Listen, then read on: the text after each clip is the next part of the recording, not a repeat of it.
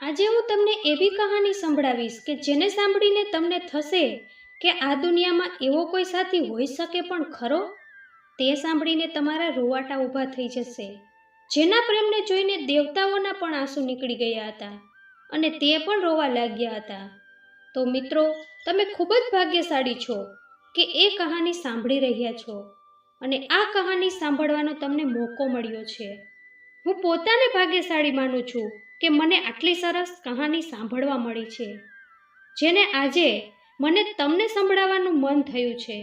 તો મિત્રો, એક ને એક દિવસ જિંદગી તો નીકળી જ જવાની છે. જો આ જિંદગીમાં ભગવાનની પ્યારી પ્યારી વાતો અને કહાનીને નહીં સાંભળો કે સમજો તો આ જીવન વ્યર્થ જ બની જશે. તો મિત્રો, જાણીએ આવી કલ્યાણકારી કહાનીને. તેને જોઈને દેવતા પણ રોવા લાગ્યા હતા. તે કહાની એક ચંદન અને હંસની છે. એક ઘાટ પર એક સુંદર ચંદનનું વૃક્ષ ઊભું હતું. તે તેની સુગંધ માટે સમગ્ર વિસ્તારમાં પ્રખ્યાત હતું. ચંદનના શીતળ છાયા હેઠળ અનેક પ્રાણીઓ અને પક્ષીઓ શરણ લેતા. હંસ તે ચંદનનું નજીકનું મિત્ર હતું અને રોજ ત્યાં રહેતું. એક દિવસ જંગલમાં ભયાનક આગ લાગી. આગ ઝડપથી ચંદનના વૃક્ષ તરફ ફેલાઈ રહી હતી. ચંદનનું વૃક્ષ શાંતિથી દહનને સહન કરતું હતું, કેમ કે તે જાણતું હતું કે જીવનમાં નિસ્વાર્થ સેવા જ તેનું ધ્યેય છે. પરંતુ હંસ આ દ્રશ્ય જોઈને ગભરાઈ ગયું. હંસ ચંદનને કહેવા લાગ્યું, મિત્ર, તું કેમ શાંતિથી બળી રહ્યો છે? તને બચાવવા માટે હું કંઈક જરૂર કરીશ. ચંદને કહ્યું, હંસ, હું પહેલાથી જ જાણતો હતો કે આ દિવસ આવશે. જો મારા બળવાથી આ જંગલના પ્રાણીઓ બચી શકે તો હું ખુશ છું, પરંતુ તું અહીં ન રોકાઈશ. તારા પર જોખમ થશે. હંસે કહ્યું, મિત્ર, હું તને માત્ર પિતા જેવી સહનશીલતા માટે નહીં, પરંતુ તારા પ્રેમ માટે પણ આદર કરું છું. હું તને બચાવ્યા વગર ના જઈ શકીશ. હંસ ઝડપથી એક નદી તરફ ઉડી ગયો. તેણે નદીમાં ડૂબકી મારી અને પોતાની ચાંચમાં પાણી લઈ આવ્યો. તે પાણીને ચંદનના વૃક્ષ પર છાંટ્યું. આવું વારંવાર તે કરવા લાગ્યો. એ આગને ઓછી કરવાની કોશિશ કરતું રહ્યું, પણ આ આગ બહુ ભયાનક હતી. હંસ સતત નદીમાંથી પાણી લાવતું રહ્યું. અંતે તેણે કેટલાક પ્રાણીઓ અને ચંદનના વૃક્ષના કેટલાક ભાગોને બચાવી લીધા. જોકે ચંદનનો મોટો ભાગ બળી ગયો હતો. આગ એક બાજુ થઈ ગઈ ત્યારે હંસે બાકી રહેલા ચંદનને જીવતા પ્રાણીઓની છાયામાં મૂક્યું. ચંદને હંસને ધન્યવાદ આપતા કહ્યું, મિત્ર, તું આજે મારા માટે જીવિત સમર્પણનું ઉત્કૃષ્ટ ઉદાહરણ બની ગયું. તારી મિત્રતા મારા માટે અમૂલ્ય છે. આ કથા નિસ્વાર્થ પ્રેમ અને સમર્પણના મૂલ્ય પર પ્રકાશ પાડે છે. ચંદનનું નિસ્વાર્થ દાન અને હંસની બહાદુરી દર્શાવે છે કે મિત્રતા અને સહાય માટે કંઈ પણ કરવા તૈયાર થવું જોઈએ. માનવ જીવન પણ મહત્વપૂર્ણ છે. અભિમન્યુના મૃત્યુ પછી અર્જુન વ્યાકુળ અને શોકમગ્ન બન્યો હતો. તે પુત્ર વિયોગમાં ડૂબી ગયો હતો અને તેને શાંતિ મળતી ન હતી. ભગવાન શ્રી કૃષ્ણએ અર્જુનને તે સમજાવવા માટે અભિમન્યુના આત્માના દૈવિક તત્વને સમજાવવાનો નિર્ણય કર્યો કે મૃત્યુ અંત નથી અને આત્મા અમર છે. આ પ્રસંગની કથા મહાભારતમાં વિવિધ રીતે પ્રાપ્ત થાય છે. શ્રી કૃષ્ણના દૈવી શક્તિથી તેમણે અર્જુનને દૈવિક દ્રષ્ટિ પ્રદાન કરી અને તેમને યોગ બળ દ્વારા એક ઉત્તમ લોકમાં લઈ ગયા, જ્યાં અભિમન્યુનો આત્મા તેની દિવ્ય સ્થિતિમાં હતો. અર્જુન શોકભર્યા હૃદય સાથે બોલ્યો, હે પુત્ર, તું એટલી નાની ઉંમરે કેમ મારાથી દૂર થઈ ગયો? તું ચક્રવ્યૂહને તોડવાનો પ્રયત્ન કરીને શહીદ થયો, પરંતુ મને તને બચાવવાની તક પણ મળી નહીં. હું તારા વિના કેવી રીતે જીવું? ત્યારે અભિમન્યુએ કહ્યું, જે આત્માના રૂપમાં હતો, તમે કોણ છો? હું તમને ઓળખતો નથી. મારે તો ઘણા જન્મ થયા છે.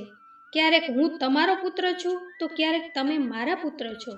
તમારું દુઃખ હું સમજી શકું છું, પણ આ મારા માટે ગર્વની વાત છે કે મારે ચક્રવ્યૂહમાં શહીદ થવાનું માન મળ્યું.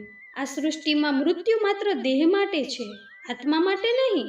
હું મારી ફરજ પૂર્ણ કરી ગયો છું અને મારે જે મળવું હતું તે મેં પ્રાપ્ત કર્યું છે. અર્જુને કહ્યું, તું કહે છે કે આત્મા અમર છે. તું મને સ્પષ્ટ રીતે સમજાવ કે આત્માનું તત્વ શું છે? ત્યારે શ્રી કૃષ્ણ ભગવાન કહે છે, હે અર્જુન, આત્મા દેહથી અલગ છે. દેહ નશ્વર છે, પણ આત્મા શાશ્વત છે. જન્મ અને મૃત્યુ તો માત્ર દેહના રૂપાંતર છે. આત્મા જ્યારે તેના કર્તવ્ય અને કર્મ પૂર્ણ કરે છે ત્યારે તે નવું શરીર ધારણ કરે છે.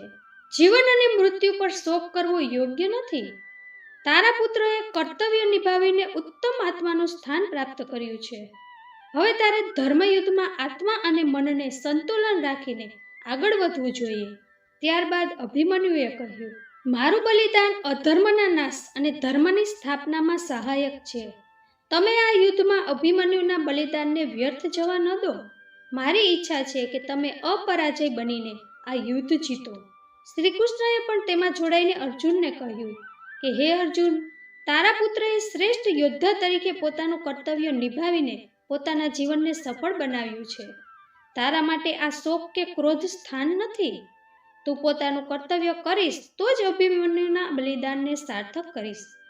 ત્યાર પછી અર્જુનના મનમાંથી શોક દૂર થયો. તેણે આત્માનું તત્વજ્ઞાન સમજી લીધું અને પોતાના ધર્મયુદ્ધ માટે સજ્જ થયો. આ ઘટના શ્રીમદ ભગવદ્ ગીતા અને મહાભારતના જીવન તત્વ માટેનો મહત્વપૂર્ણ સંદેશ આપે છે. પછી અર્જુનને થયું કે મારો પુત્ર મને પણ સારી રીતે ઓળખી શકતો નથી, તો મારે મોહ ન રાખવો જોઈએ. તેથી જ તો કોઈ આપણું નથી કે કોઈ પારકું નથી, પણ જે ખરાબ સમયમાં આપણી મદદ કરે તે જ આપણું કહેવાય. એટલે જ ભગવાને કહ્યું છે કે મર્યા પછી કોઈનું દુઃખ ન કરવું જોઈએ. તેથી જ તો શ્રીમદ ભગવદ્ ગીતા જીવન જીવવા માટેનો એક મહત્વપૂર્ણ ગ્રંથ ગણવામાં આવે છે. તેથી ગીતાને ધર્મ અને કર્મ તેમજ નિષ્ઠા માટે મહાન ગ્રંથ માનવામાં આવ્યો છે. ગીતાને જીવન માટે અને જીવન પછી પણ ઉપયોગી ગ્રંથ કહ્યો છે. તેથી જ તો સાંજે સૂતા પહેલા ગીતાનું અધ્યયન જરૂર કરવું જોઈએ. જીવન જીવવા માટે પહેલા મનને બદલવું જરૂરી છે. જેવું મન હશે તેવા જ વિચારો આવશે. આથી જેવું આપણું મન હશે તેવું જ આપણું જીવન હશે. હિન્દુ ધર્મમાં ભગવાન સર્વવ્યાપી છે અને દરેક જીવ સાથે છે. તેમ છતાં ભગવાન એવા લોકો સાથે ખાસ રીતે જોડાયેલા રહે છે જેમની જીવનશૈલી અને કાર્યો ધર્મના પાયા પર ટકે છે. ભગવદ્ ગીતા અને શાસ્ત્રોમાં વર્ણવવામાં આવ્યું છે કે ભગવાન લોકોનો સાથ ક્યારેય નથી છોડતા.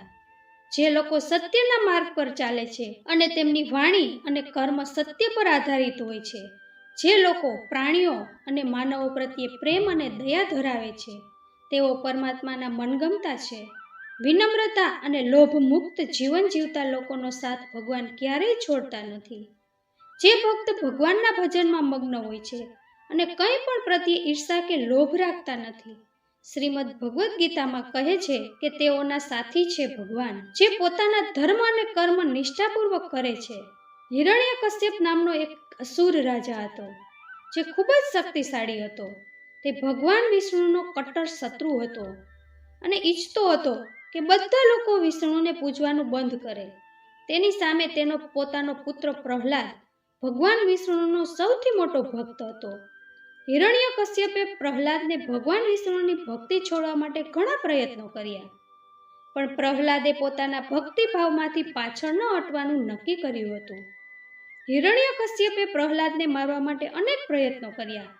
તેને તીક્ષ્ણ હથિયારોથી ઘેર્યો, ઊંચા પહાડ પરથી ફેંકી દીધો, આગમાં નાખવાની કોશિશ કરી. તેમ છતાં ભગવાન વિષ્ણુએ હંમેશા પ્રહલાદનું રક્ષણ કર્યું. અંતે નૃસિંહ અવતાર લઈને વિષ્ણુએ હિરણ્યકશ્યપનો સંહાર કર્યો અને પ્રહલાદને મુક્તિ આપી. આ કથા દર્શાવે છે કે ભગવાન ક્યારે એવા લોકોનો સાથ છોડતા નથી જે નિર્ભયતા સાથે સત્ય અને ધર્મના માર્ગ પર ચાલે છે. ભગવાન તેમના ભક્તોનું રક્ષણ કરવા માટે કોઈ પણ સ્વરૂપ ધારણ કરે છે.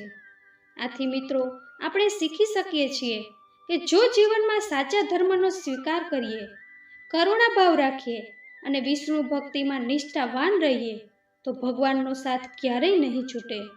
આ દુનિયામાં સૌથી મોટો સાથીદાર એવા ગુણો છે જે નિષ્કામ ભાવથી તમામ માટે ઉપયોગી બને છે. તેમાં મુખ્યત્વે નિષ્કપટ પ્રેમ, કરુણા, ધીરજ અને સચ્ચાઈનો સમાવેશ થાય છે. ચંદનની ખાસિયત દ્વારા આ ગુણોને વધુ સારી રીતે સમજાવી શકાય છે. ચંદનનો એક મહાન ગુણ છે, તે ભલે પોતે કાપી નાખવામાં આવે અથવા ઘસવામાં આવે, તે હંમેશા સુગંધ ફેલાવતું રહે છે. એકવાર ગુરુ અને શિષ્ય જંગલમાં ચાલી રહ્યા હતા. શિષ્ય ગુરુને પૂછ્યું, ગુરુજી, આ જીવનમાં સૌથી મોટો સાથીદાર કોણ છે? ગુરુજીએ હળવાશથી જવાબ આપ્યો, તારા ગુણો તારા સૌથી મોટા સાથીદાર છે, જે જીવતા હોય ત્યારે અને મૃત્યુ પછી પણ તમારું નામ જીવંત રાખે છે. શિષ્યએ આ વધુ સારી રીતે સમજવા માંગ્યું, તેથી ગુરુજીએ તેને ચંદનના વૃક્ષ તરફ લઈ જતા કહ્યું, એકવાર જંગલમાં વિવિધ વૃક્ષો વચ્ચે ચંદનનું એક વૃક્ષ ઊભું હતું. તે આસપાસના બધા વૃક્ષો માટે સુગંધ ફેલાવતું હતું, ભલે તે દૂરના વૃક્ષો હોય કે નજીકના.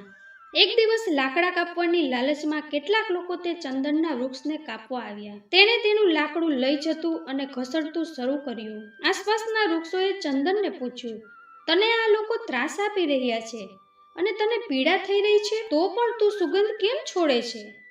ચંદન વૃક્ષ હળવાશથી બોલ્યું, મારામાંથી સુગંધ ફેલાય તે મારો મૂળ સ્વભાવ છે.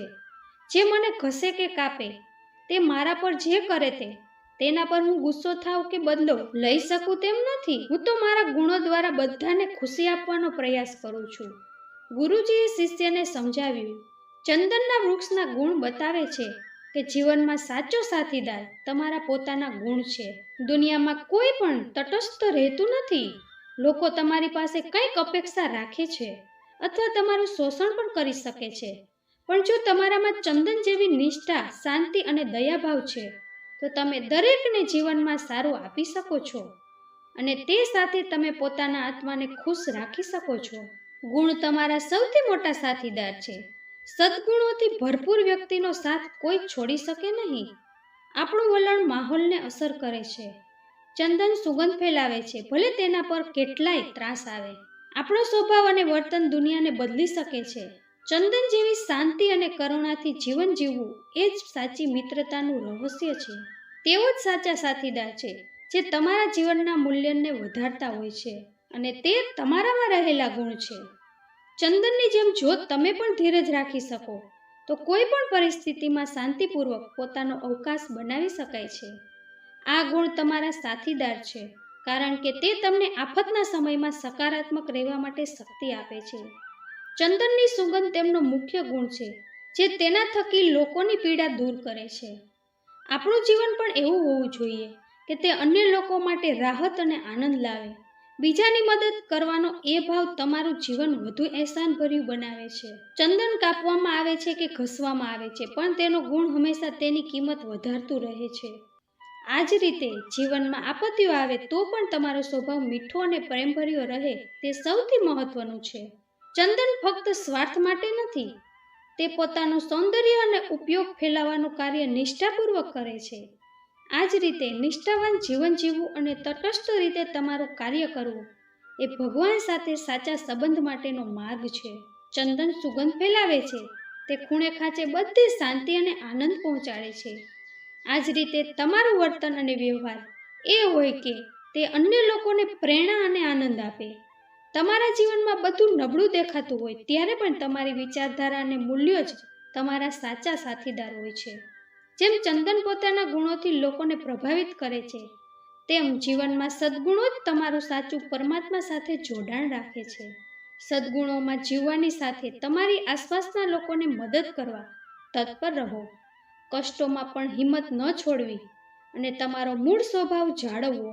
તમારું વર્તન અને ગુણ એવું બનાવો કે અન્ય લોકો માટે આશાનું એક કિરણ બની શકે. આપણે આપણા બધા સંબંધો અને જીવનમાં ધાર્મિકતા અને માનવતાને મહત્વ આપવું જોઈએ. ભગવાન હંમેશા તે લોકોને સાથ આપે છે જે સત્ય, ધર્મ અને નૈતિકતાના માર્ગ પર ચાલે છે અને પોતાના કાર્યમાં નિષ્ઠાવાન હોય છે. તે લોકો જેઓ અન્યાય સામે લડે છે, પ્રામાણિક રહે છે અને અન્યાયી સ્થિતિનું સામે ઊભા રહે છે, તેમને ભગવાન પોતાની કૃપા અને શક્તિ પ્રદાન કરે છે. મહાભારતના સમયમાં જ્યારે પાંડવો સોગઠાબાજીમાં દ્રૌપદીને પણ હારી ગયા હતા, ત્યારે દુશાસન તેને જાહેર સભામાં ખેંચી લાવ્યો અને તેનું અપમાન કરવાનો પ્રયત્ન કર્યો. દુશાસન દ્રૌપદીની સાડી ખેંચવા લાગ્યો. આ સમયે દ્રૌપદી હિંમત ન હારતા ભગવાન શ્રી કૃષ્ણને યાદ કરે છે. દ્રૌપદીએ પોતાનો આખો વિશ્વાસ ભગવાન પર મૂક્યો અને પ્રાર્થના કરી. શ્રી કૃષ્ણએ તેની લાગણીઓને સમજી અને તેના માટે અસીમ સાડી પ્રદાન કરી, જેથી દુશાસન તેને ખોલી ન શક્યો. આ ઘટનાથી સ્પષ્ટ થાય છે કે ભગવાન હંમેશા તેના ભક્તોની મદદે આવે જ છે, જો તે સંપૂર્ણ વિશ્વાસ અને નિષ્ઠાથી તેમના શરણે આવે.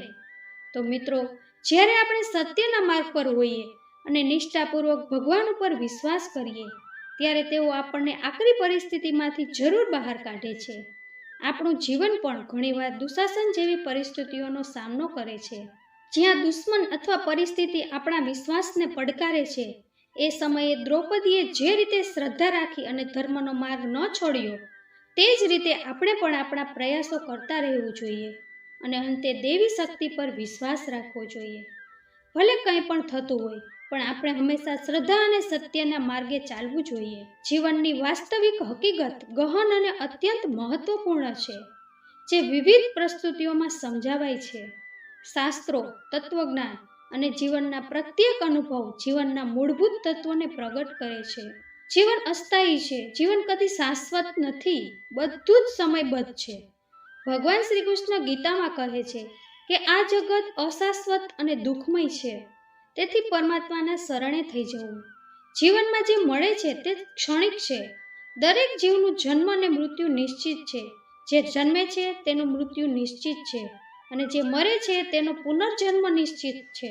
શાસ્ત્રો કહે છે કે શરીર નાશ પામે છે, પરંતુ આત્મા અમર છે. આ શરીર નાશ પામે ત્યારે પણ આત્માનું નાશ થતું નથી. જીવનની વાસ્તવિક હકીકત એ છે કે જીવનમાં તમારા કર્મ જ તમારા ભવિષ્ય અને પુનર્જન્મ નક્કી કરે છે. તારા માટે ફળની આશા વિના માત્ર કર્મ કરવાનો અધિકાર છે. જીવનમાં સુખ અને દુઃખ બંને અનિવાર્ય છે. તે જીવનના બે પાસા છે. જે વ્યક્તિ દુઃખમાં અસ્થિર થતો નથી અને સુખમાં મોહ મુક્ત રહે છે, તે સ્થિતપ્રજ્ઞ છે. મોક્ષ અને શાંતિ જીવનનો અંતિમ લક્ષ્ય છે.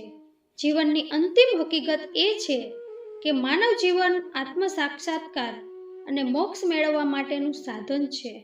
ભૌતિક સંપત્તિઓ અને સુખ ક્ષણિક છે, પરંતુ આધ્યાત્મિક શાંતિ અને મોક્ષ શાશ્વત છે. જીવનનું મૂળભૂત લક્ષ્ય છે. જીવનનો શ્રેષ્ઠ ઉપયોગ બીજાઓ માટે સેવા કરવાથી થાય છે. બીજાનું કલ્યાણ કરવું પુણ્ય છે અને બીજાને દુઃખ આપવું પાપ છે. શાસ્ત્રોમાં સમજાવવામાં આવ્યું છે કે આ જગત મિથ્યા છે. જીવનની દરેક ક્ષણ મહત્વની છે અને તે બરબાદ કરવા માટે નથી. સમય કદી પાછો આવતો નથી, તેથી તેને ઉચિત રીતે ઉપયોગમાં લેવો જોઈએ. પ્રેમ અને કરુણા જીવનના આધાર છે. જીવનના દરેક તબક્કે પ્રેમ અને કરુણા મૂલ્યવાન છે. જો તમે પ્રત્યેક જીવમાં ઈશ્વર જુઓ છો, તો તમારું જીવન સંપન્ન થઈ શકે છે. જીવનની વાસ્તવિક હકીકત એ છે કે જીવન શાશ્વત નથી, પરંતુ જીવાતું જીવન મૂલ્યવાન છે. તે ઈશ્વરના જ્ઞાનને પ્રાપ્ત કરીને, સત્કર્મો દ્વારા અને અંતે મોક્ષ પ્રાપ્ત કરીને પૂર્ણ થાય છે. ધન એ સાધન છે, અંતિમ લક્ષ્ય નથી. પરોપકાર અને પુણ્ય માટે નિસ્વાર્થતા જરૂરી છે. ભગવાન કર્મની નિષ્ઠાને મહત્વ આપે છે, અહંકારને નહીં. એક વખતની વાત છે. એક ગામમાં ધનવાન શેઠ અને તેની પત્ની રહેતા હતા. બંને ધનથી સંપન્ન હતા, પણ તેમણે પોતાના જીવનનું ધ્યેય માત્ર સંપત્તિ ભેગી કરવાનું બનાવ્યું ન હતું. શેઠ શેઠાણી બંને પરોપકારી અને સદાચારી હતા. તેઓ ધર્મના માર્ગે ચાલતા હતા અને સદાય લોકોને મદદ કરવા તૈયાર રહેતા હતા. પરોપકાર અને પવિત્ર જીવન શેઠ શેઠાણીના ઘરમાં કોઈ પણ ભૂખ્યા જતું ન હતું. જેઓ આશ્રય માટે આવે તેમને રહેવા માટે જગ્યા મળતી. જેઓ બીમાર હોય તેમની સારવાર માટે પૈસા ખર્ચવામાં આવતા. તેઓ માનતા કે ધનનું સાચું મૂલ્ય ત્યારે જ હોય છે જ્યારે તે બીજાના કલ્યાણ માટે વપરાય. એક દિવસ એક સાધુ શેઠના ઘેર આવ્યા. શેઠ અને શેઠાણીએ આ સાધુનું ખૂબ જ ભાવભર્યું સ્વાગત કર્યું. તેમને ભોજન તેમજ રહેવાની વ્યવસ્થા કરી. સાધુએ શેઠ શેઠાણીના આ પરોપકારથી પ્રભાવિત થઈને તેને આશીર્વાદ આપ્યા. તે સમયથી તેમના ધન પ્રભુતામાં હજુ વધુ વૃદ્ધિ થવા લાગી. એકવાર ભગવાન તેમના પુણ્યને અજમાવવા માનવીના રૂપમાં તેમના ઘરે આવ્યા. તેમણે ભિક્ષા માંગી અને શેઠ શેઠાણીને પૂછ્યું, તમારા માટે પુણ્ય શું છે? શેઠાણીએ હસીને જવાબ આપ્યો, પુણ્ય એ છે બીજાને મદદ કરવી અને જીવનમાં સદ્ગુણોનું આચરણ કરવું. તેમણે તત્કાળ પોતાની તિજોરીમાંથી ધન અને ધાન્ય સામગ્રીઓ કાઢીને ભિક્ષુકને આપી. ભિખારી સ્વરૂપે આવેલા ભગવાને પ્રસન્ન થઈને કહ્યું, તમારા પરોપકાર અને પુણ્યના કાર્યો આકાશ સુધી પહોંચ્યા છે. તમે સંસાર માટે ઉદાહરણ છો. શેઠ શેઠાણીના જીવનમાં આ પ્રકારના અનેક પ્રસંગો આવ્યા, જ્યાં તેઓએ કોઈ મહાન પુરુષ કે જરૂરિયાતમંદની મદદ કરી છે. આથી તેઓના પુણ્યના કાર્યો એટલા પ્રસિદ્ધ થઈ ગયા કે ગામમાં લોકો તેમને શ્રદ્ધાથી યાદ કરતા હતા. આ વાર્તા એ શીખવે છે કે પરોપકાર અને પુણ્ય સદાય અમર હોય છે. ધનનો સાચો ઉપયોગ બીજાઓના કલ્યાણ માટે કરવો જોઈએ. કર્મ અને ધર્મના પથ પર ચાલવાથી જ જીવનનું મૂલ્ય સાર્થક થાય છે. શેઠ શેઠાણીનું જીવન એ પ્રેરણાનો એક પ્રકાશમય ઉદાહરણ છે, જે આજની પેઢી માટે પણ માર્ગદર્શન આપે છે. શેઠ શેઠાણીના પુણ્યની આ વાર્તાને શ્રી કૃષ્ણની સાથે સંબંધિત વાર્તા સાથે જોડી શકાય છે, જે ધર્મ અને પરોપકારના મહત્વને દર્શાવે છે. એક વખત શ્રી કૃષ્ણ દ્વારકામાં હતા. ત્યાંનો એક શ્રીમંત વેપારી પોતાની સંપત્તિ અને સમૃદ્ધિ વિશે ખૂબ ગર્વથી વાતો કરતો હતો. તે લોકો પર આપમેળે દયાળુ બનતો, પરંતુ તે કામમાં તે હંમેશા પોતાની પ્રતિષ્ઠા અને લાભ શોધતો હતો. એક દિવસ શ્રી કૃષ્ણએ તે વેપારીને કહ્યું, તારી સંપત્તિનો ઉપયોગ તું કેવી રીતે કરે છે તે મહત્વનું છે. જો તે તારા પુણ્યના કાર્ય માટે ઉપયોગમાં ન આવે તો તે માત્ર તારા અહંકારને પોષે છે. વેપારીને આ વાતથી અચંબિત થઈ ગયો અને કહ્યું, હું દાન કરું છું, સંઘર્ષમાં રહેલા લોકોને મદદ કરું છું, તે તો પુણ્ય જ છે ને કે નહીં? શ્રી કૃષ્ણ બોલ્યા, પુણ્ય છે જ્યારે તે નિસ્વાર્થ હોય, જ્યારે તું એવા પાત્રને ઓળખીને મદદ કરે છે જેનાથી તને લાભ થાય એમ હોય છે. જ્યારે શેઠ શેઠાણીની કથા અહીં શ્રેષ્ઠ ઉદાહરણ આપે છે કે તે નિસ્વાર્થ ભાવે સેવા કરતા હતા. તેને તે કોઈ પાસેથી કોઈ આશા નહોતી. તેઓએ ધનનો ઉપયોગ નિસ્વાર્થ પરોપકારમાં કર્યો, જરૂરિયાતમંદોની મદદ કરી અને પોતાની પ્રતિષ્ઠા માટે નહીં, પરંતુ ધર્મના પાલન માટે કામ કર્યું. શ્રી કૃષ્ણ વેપારીને શેઠ શેઠાણીના ઉદાહરણ દ્વારા સમજાવે છે, જો તારા કાર્યથી માત્ર તારી પ્રતિષ્ઠા વધે છે તો તે પુણ્ય નહીં ગણાય. જો તું ખરેખર નિસ્વાર્થ બનીને બીજાની મદદ કરે છે તો તે તારા જીવનનું શ્રેષ્ઠ ફળ બને છે. આ રીતે શેઠ શેઠાણીની કથા શ્રી કૃષ્ણના ઉપદેશ સાથે જોડાયેલી છે. સમાજને શ્રદ્ધા અને પરોપકારના માર્ગે આગળ વધવા પ્રેરણા આપે છે. ભગવાન એવા લોકોનો સાથ છોડતા નથી જેમણે સચ્ચાઈ, ન્યાય અને ધાર્મિકતા પર વિશ્વાસ રાખ્યો છે. તે એવા લોકો છે જેમણે જીવનના મુશ્કેલ ક્ષણોમાં પણ ધૈર્ય અને પવિત્રતા બતાવી છે. ભગવાન પોતાના અનુયાયીઓને નિરાશ અને દુઃખમાં પણ માર્ગદર્શિત કરે છે, કારણ કે તેમને સાચા ભક્તોની અંદર વસતી શક્તિ પર વિશ્વાસ હોય છે. ભગવાન એવી જાતિનો સાથ છોડતા નથી જેઓએ ખરા હૃદયથી, નમ્ર હૃદયથી તેઓનો સાથ પકડી રાખ્યો છે, જેઓ તેમના માર્ગ પર ચાલી રહ્યા છે અને શ્રદ્ધા તેમજ ભક્તિ સાથે જીવન જીવતા હોય છે. એમના માટે ભગવાન સૌથી મહત્વપૂર્ણ છે અને એ વૈશ્વિક અનંત પ્રેમમાં વ્યાપક હોય છે. લાગણી અને હૃદયથી શ્રદ્ધાવાળાઓને ભગવાન સાથેનો સંપર્ક અવિરત રહે છે. ભગવાનના સાથને વધારે સુંદર રીતે સમજાવતી એક બીજી સરસ વાર્તા છે. એક ગામમાં એક ગરીબ ખેડૂત રહેતો હતો. તે દિવસ રાત મહેનત કરીને ખેતી કરતો હતો. એક દિવસ તે પશુપાલક પાસેથી એક બકરી લે છે, જે પ્યારી અને આરામદાયક હતી. ખેડૂતના જીવનમાં એ બકરી ખૂબ જ મહત્વપૂર્ણ બની ગઈ હતી, કારણ કે તે એકમાત્ર સજીવ પ્રાણી હતું જે ખેડૂતના સાથે હતું. પરંતુ એક દિવસ એક ભારે વાવાઝોડું આવ્યું અને તે બકરી એટલી ભયંકર હવાની સાથે ઓટમાં ઉડી ગઈ. ખેડૂત ચિંતામાં પડી ગયો. આ તો એનું એકમાત્ર મૈત્રી અને આશાવાદી પ્રાણી હતું. પણ ભલે, ખેડૂતનો વિશ્વાસ ભગવાન ઉપર અતૂટ હતો. ખેડૂતે મંદિરમાં ગયો અને ભગવાનની આગળ દયા પ્રાર્થના કરી કે હે ભગવાન, હું બસ આ બકરીને બચાવવાની આશા રાખું છું, કારણ કે તે મારા માટે સૌથી અગત્યની છે. કૃપા કરીને તેને શોધીને મારી પાસે મોકલી દો. ખેડૂતની શ્રદ્ધા અને નિશ્ચયને જોઈને ભગવાને તેની પ્રાર્થના સ્વીકારી. થોડા જ દિવસોમાં બકરી સુરક્ષિત અને સ્વસ્થ પાછી આવી ગઈ. ખેડૂત ખુશ થઈ ગયો, પરંતુ તે યાદ રાખે છે કે ભગવાન ક્યારેય તેને છોડતા નથી અને એ વ્યક્તિ જેને વિશ્વાસ અને શ્રદ્ધા હોય, ભગવાન એનો સાથ ક્યારેય છોડતા નથી. આ વાર્તા આપણને એ ભરોસો આપી છે કે જ્યારે આપણા જીવનમાં સંકટ આવે ત્યારે ભગવાનના માર્ગ પર ચાલતા રહીએ. તે પણ આપણા સાથે હોય છે અને તે માન્ય લોકોને સાથ ક્યારેય છોડતા નથી. કામ કરતા પહેલા સફળતાની આશા ન રાખો, એ એક મહત્વપૂર્ણ જીવન દ્રષ્ટિ છે. પ્રક્રિયા પર ધ્યાન આપો, પરિણામ પર નહીં. આ બાબતનો પ્રથમ અર્થ એ છે કે વ્યક્તિએ તેમના કાર્યના પરિણામ વિશે ઓછું વિચારવું જોઈએ અને ચિંતન કરવું જોઈએ. તેના બદલે તેમણે જે કાર્ય કરી રહ્યા છે તેના ઉપર સંપૂર્ણ ધ્યાન કેન્દ્રિત કરવું જોઈએ. ઘણા લોકો એ વાત ઉપર વધારે ધ્યાન આપતા હોય છે કે મને કયા પ્રકારની સફળતા મળશે અથવા આ કાર્ય કેમ મારા માટે કામ કરવાનું નથી, અને આ ચિંતાઓ તેનું ધ્યાન ખોટા સ્થળે લઈ જાય છે. સારા પરિણામ માટે શ્રેષ્ઠ પ્રયાસ જરૂરી છે, પરંતુ તે સમયે પોતે જે કામ કરી રહ્યા છે તેના ઉપર ધ્યાન રાખવું મહત્વપૂર્ણ છે. જેમ જેમ તમે કઠોર મહેનત અને યોગ્ય અભિગમના માધ્યમથી આગળ વધો છો, તેટલું પરિણામ જ એ રીતે આવશે. કામ કરતા પહેલા સફળતાની આશા ન રાખવી. કામ પર ધ્યાન આપો, ન કે તરત જ પરિણામની આશા રાખો. એક બિઝનેસમેન વોરેન બફેટ કહે છે કે સારા નેટવર્ક અને અભ્યાસ દ્વારા જ શ્રેષ્ઠ પરિણામો પ્રાપ્ત થાય છે. સમજવું મહત્વપૂર્ણ છે કે કોઈ પણ કાર્યમાં સફળતા ઓટોમેટિક અને તરત જ નથી આવતી. ઘણી વખત શ્રેષ્ઠ પરિણામ માટે સમય લાગે છે, અને તે માટે મક્કમ પ્રયાસ અને સમયની જરૂર છે. નિષ્ફળતા એ જીવનનો એક ભાગ છે. આ માત્ર અસફળતા ન હોય, પરંતુ એક ઉપયોગી અભ્યાસ પણ હોઈ શકે છે. ઘણા લોકો જ્યારે શ્રેષ્ઠ પરિણામ ન મળે ત્યારે નારાજ થઈ જાય છે, અને આ દ્રષ્ટિકોણ તેમને આગળ વધવામાં અટકાવે છે. નિષ્ફળતા એ શીખવા માટેની એક અવસર છે. જ્યારે આપણે કાર્ય કરતા પહેલા માત્ર સફળતાની આશા રાખીએ છીએ, તો નિષ્ફળતા આપણને એ શીખવવાની તક આપે છે કે કંઈ પણ રીતે તમે તમારા કામને વધારે સારી રીતે કરી શકો છો.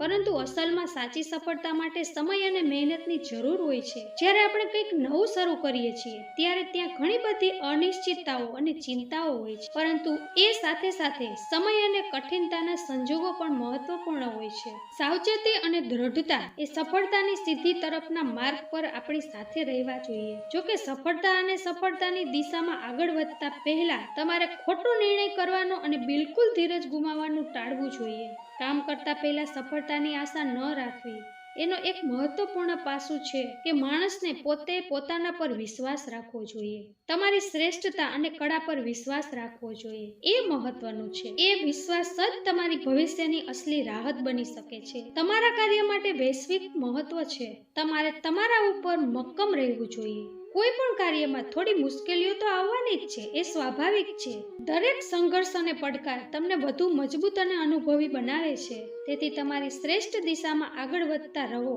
અને પરિણામની કોઈ આશા રાખવી ન જોઈએ, પરંતુ શ્રેષ્ઠ પ્રયાસો કરો. આથી જ્યારે તમે કામ કરો છો ત્યારે ફક્ત પરિણામ પર નજર નહીં રાખવી જોઈએ. તમારે શ્રમ અને લાગણીઓ પર ધ્યાન કેન્દ્રિત કરવું જોઈએ. જીવનના આ કારણોએ આ બધું પૂર્ણ કર્યું છે. જે લોકો સચ્ચાઈ અને મહેનત સાથે કાર્ય કરતા રહ્યા છે તેમના માટે એક આ અવસર છે. આમાં પણ વ્યક્તિને તેના કાર્ય માટે પ્રેરણા મેળવવી, સકારાત્મક વિચારશક્તિ સાથે આગળ વધવું.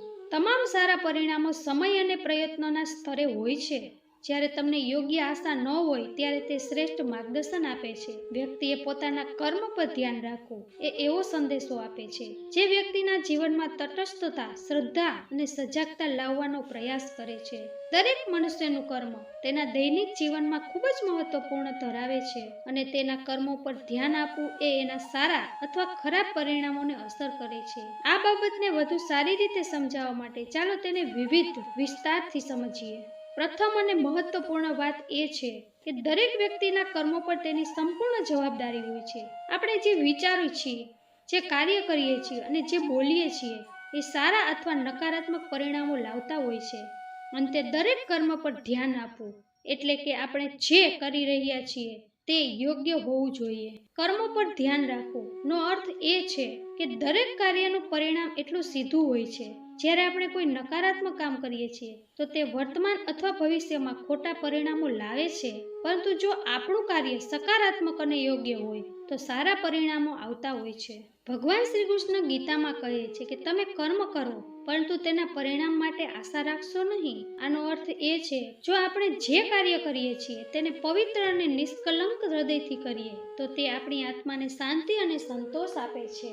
કર્મો પર પૂર્ણ રીતે નિરીક્ષણ રાખીને દુઃખમાંથી સરળ રીતે બહાર નીકળી શકીએ છીએ. કર્મો પર ધ્યાન રાખવું એ વ્યક્તિને તેનું દાયિત્વ સમજવામાં મદદ કરે છે. રોજે રોજ જે તમને જે મળે છે તેના માટે આભાર માની લો. આનો અર્થ એ છે કે તમારે ઘરમાં રહેલા નાના નાના આનંદો પર ધ્યાન આપવું, જેમ કે સ્વાસ્થ્ય, પરિવાર અને મિત્રો. નકારાત્મક વિચારોને છોડીને સકારાત્મક દ્રષ્ટિ અપનાવવાનો પ્રયત્ન કરો. સકારાત્મક વિચારો દુઃખોને ઓછું કરી શકે છે અને જીવનને વધુ આરામદાયક બનાવી શકે છે. જાતિ પ્રેમ અને સન્માન પણ મહત્વપૂર્ણ છે. તમારી શક્તિઓને ઓળખો. શું તમને કોઈ ચીજ કરવી ગમે છે? મૂવી જોવા, પુસ્તક વાંચવા, મ્યુઝિક સાંભળવા, બહાર જવું જેવી પ્રવૃત્તિઓ તમારા મનને આરામ આપતી હોય છે. નિયમિત વ્યાયામ, યોગ, સ્વસ્થ આહાર તમને માનસિક અને શારીરિક રીતે મજબૂત બનાવે છે. તમારું વ્યસ્ત જીવન અને રોજિંદા કામો સાથે સમય વિતાવવું પણ મહત્વપૂર્ણ છે. કામના સમયે શાંતિ અને એકાગ્ર સાથે વધુ સારું પરિણામ મેળવી શકીએ છીએ. દુઃખ અને ખુશી બંનેમાં સાથે રહીને જીવન પસાર કરવું. મનને સમજવા માટે ધ્યાન અને મેડિટેશન કરવું, જેથી તમારે માનસિક આરામ મળી શકે અને તમારું મન સ્વસ્થ રહી શકે. હસવું ખૂબ જ મહત્વનું છે. હાસ્ય એક પ્રકારની દવા છે જે માનસિક તણાવને દૂર કરે છે અને આનંદ વધારવાનું કામ કરે છે. તમારા જીવન માટે સ્પષ્ટ લક્ષ્ય રાખો. જ્યારે તમારી પાસે ચોક્કસ દિશા હોય તો જીવનમાં વધુ આનંદ મેળવી શકો છો. એકવાર ભારતના એક ગામમાં એક સંન્યાસી વાસ કરી રહ્યો હતો. તે ધાર્મિક જ્ઞાનથી ભરપૂર હતો અને લોકો તેને શ્રદ્ધાથી પૂજતા હતા. એક દિવસ એક યુવાન ગામવાળાએ સંન્યાસી પાસે આવીને જણાવ્યું, મારી બધી વસ્તુઓ ખોવાઈ ગઈ છે. મને લાગે છે કે આ બધું મારું ભાગ્ય છે. સંન્યાસીએ યુવકને શાંતિથી સાંભળ્યો અને કહ્યું, તમારા જીવનમાં આ બધું તમારું કર્મનું પરિણામ છે. તમે જે જીવંત નિર્ણય લીધા છે તે તમારા ભાગ્યનો નમૂનો છે. એ યુવાન સમજ્યો કે તે જે કંઈ ગુમાવી રહ્યો છે તે પોતાની ક્રિયાઓ અને કર્મોનું પરિણામ છે. આ અનુભવથી તેણે આત્મવિશ્વાસ મેળવ્યો અને શ્રેષ્ઠ કાર્ય કરવા માટે પ્રયત્ન કર્યા. તે કોઈ પણ કારણસર જીવનની મુશ્કેલીઓથી હેરાન થતો હતો. તેને લાગતું હતું કે તેની બધી મુશ્કેલીઓ તેનો ખરાબ કિસ્મત અને ભાગ્યના કારણે છે. તે ઘણીવાર દુઃખનો મહેસૂસ કરી રહ્યો હતો. એક દિવસ એક વિદેશી યાત્રી ગામમાં આવ્યો. તેણે કારીગરના જીવન વિશે સાંભળ્યું અને કહ્યું, તમારા જીવનમાં જે કંઈ પણ છે તે તમારી બુદ્ધિ અને કર્મોથી પ્રેરિત છે, ન કે માત્ર ભાગ્યથી. હા, પરંતુ મને એવું લાગે છે મારાથી કંઈક ખોટું થયું છે, કારીગરે કહ્યું. મારા મનમાં એવું લાગે છે કે હું જે પણ કાર્ય કરું છું તે નિષ્ફળ જાય છે. તમારા પ્રશ્નનો જવાબ સમજાવતા તમારે સમજવું છે કે કિસ્મત અને કર્મ વચ્ચે એક સંતુલન છે. વિદેશી મુસાફરીએ જણાવ્યું, જેથી માણસ શું કરે છે તે તેનું પરિણામ પ્રાપ્ત કરે છે, પરંતુ કર્મ માત્ર જ્ઞાન અને કાર્યનો સારો માર્ગ છે. મુસાફર આગળ કહે છે, કારીગરને સમજાયું કે બધું સજાગ, સંકલ્પ અને સતત પ્રયત્ન પર આધારિત છે.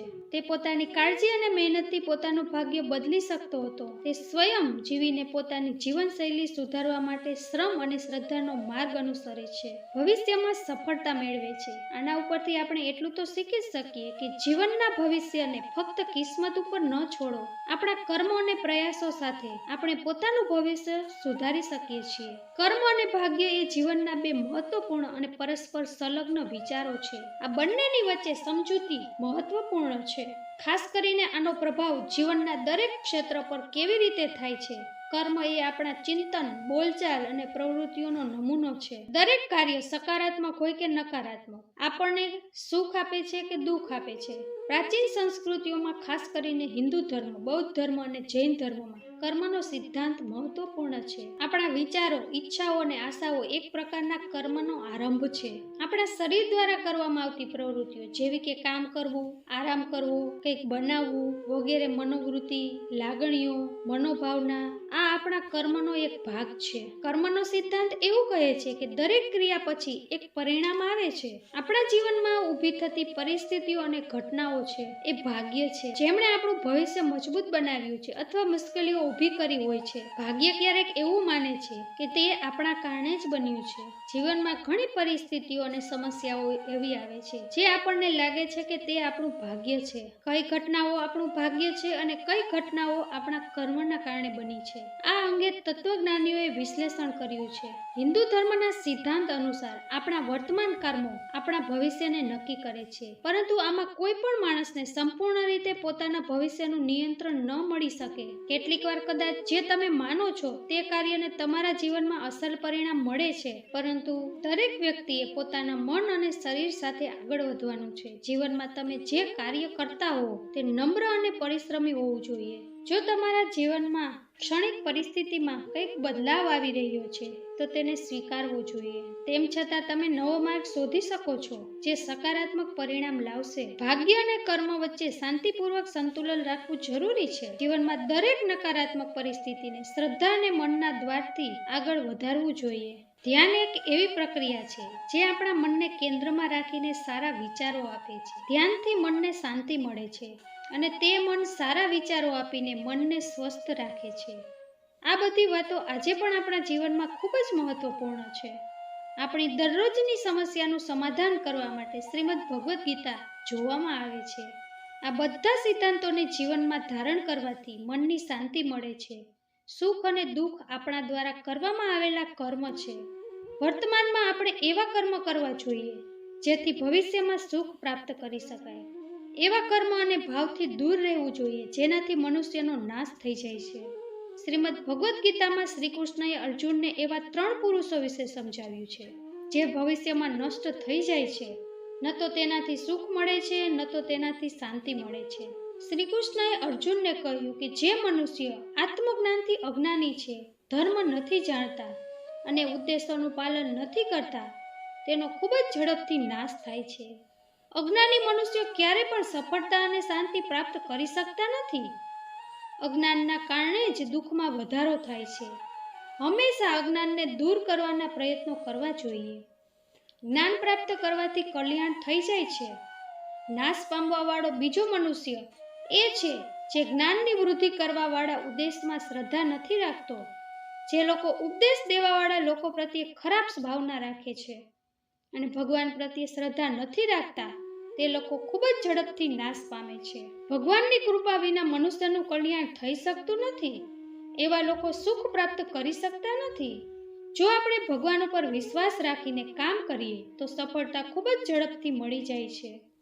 ત્રીજો પુરુષ તે છે જે હંમેશા શંકા કર્યા કરે છે અને કર્મ માટે વિચારે છે કે સફળતા મળશે કે નહીં, કામ થશે કે નહીં, એ કામ કરવું કે ન કરવું.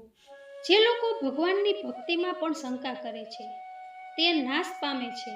શંકા કરવાવાળા વ્યક્તિનું મન ક્યારેય શાંત રહેતું નથી. શંકાનું કોઈ સમાધાન નથી. તેથી તે ભાવનાથી જેટલું બને તેટલું ઝડપથી બહાર નીકળી જવું જોઈએ. કોઈ પણ કામ મન એકાગ્ર કરીને શરૂ કરી દેવું જોઈએ. કર્મ કરવું આપણા હાથમાં છે. કર્મની સફળતા વિશે વિચારવાવાળા ક્યારેય સફળતા મેળવી શકતા નથી. ભગવાન શ્રી કૃષ્ણ કહે છે કે ખોટું ગમે તેટલું શક્તિશાળી હોય પણ સત્યને દબાવી શકતું નથી. વ્યક્તિ ગમે તેટલા શક્તિશાળી હોય પણ તેના અંત સુધી જીવિત રહી શકે છે. મિત્રો, આ વિડીયોથી તમે જો કંઈ પણ શીખ્યા હોય તો વિડીયોને એક લાઈક કરી દેજો અને આ ચેનલને સબસ્ક્રાઈબ કરી દેજો. તેમજ કમેન્ટ બોક્સમાં જય શ્રી રાધે કૃષ્ણ જરૂર લખજો. તમારું સારું થાય તેનાથી જ અમે પ્રેરણા લઈએ છીએ. મિત્રો, જીવનમાં એવા લોકો ઘણા ઓછા હોય છે જે તમારા દુઃખને સમજી શકે છે. બાકી બધા તો દેખાવો જ કરે છે. તેવા લોકોને સંભાળીને રાખજો. કારણ કે જ્યારે મનુષ્ય કોઈ ભૂલ કરે છે ત્યારે આગળ પાછળ આજુબાજુ બધે જ જોઈ લે છે પણ પોતાની અંદર અને ઉપર ક્યારેય જોતા નથી. લોકો સાથે ખુશીથી રહો, ખુશીથી વાતો કરો. શું ખબર કે તમે જેની સાથે ગુસ્સાથી વાત કરો છો તે વ્યક્તિ કેવી હાલતમાંથી પસાર થતો હશે. બીજાનું સારું થવાની જવાબદારી ઉપાડતા પહેલા આપણી અંદર એક વખત જરૂર જોઈ લેવું. બધાનું ધ્યાન રાખજો, ક્યારેક તમારા માટે તો ક્યારેક તમારા પરિવાર માટે. શ્રી કૃષ્ણ કહે છે કે તમારી જિંદગીને ક્યારેય ન ભૂલો, કારણ કે સારા દિવસો ખુશી લાવે છે તો ખરાબ દિવસો અનુભવ શીખવે છે. જીવનમાં સફળતા માટે આ બંનેનું હોવું ખૂબ જ જરૂરી છે. જિંદગી એક સપનું છે, તેમાં ખુશીથી જીવવાની ઈચ્છા હોવી જ જોઈએ. દુઃખ આપોઆપ સુખમાં પરિવર્તન થઈ જશે. અંધારું ગમે તેટલું વધારે હોય પણ એક દીપકને પ્રગટાવવાથી અંધારાને દૂર કરી શકાય છે. તેવી જ રીતે જીવનમાં પણ એક વિવેક તમારા જીવનને પ્રકાશિત કરી શકે છે. સમય બધાને મળે છે જિંદગી બદલવા માટે, પણ જિંદગી બધાને નથી મળતી સમય બદલવા માટે. 4 પૈસા કમાવા માટે મનુષ્ય ક્યારે 4 પાયાના ખાટલા પર સૂઈ જાય તેની ખબર જ પડતી નથી. એટલા માટે હંમેશા ખુશ રહેવાવાળા ઉત્તમ હોય છે. દિલ ચોખ્ખું રાખો. હિસાબ કમાઈનો નથી, કર્મનો હોય છે.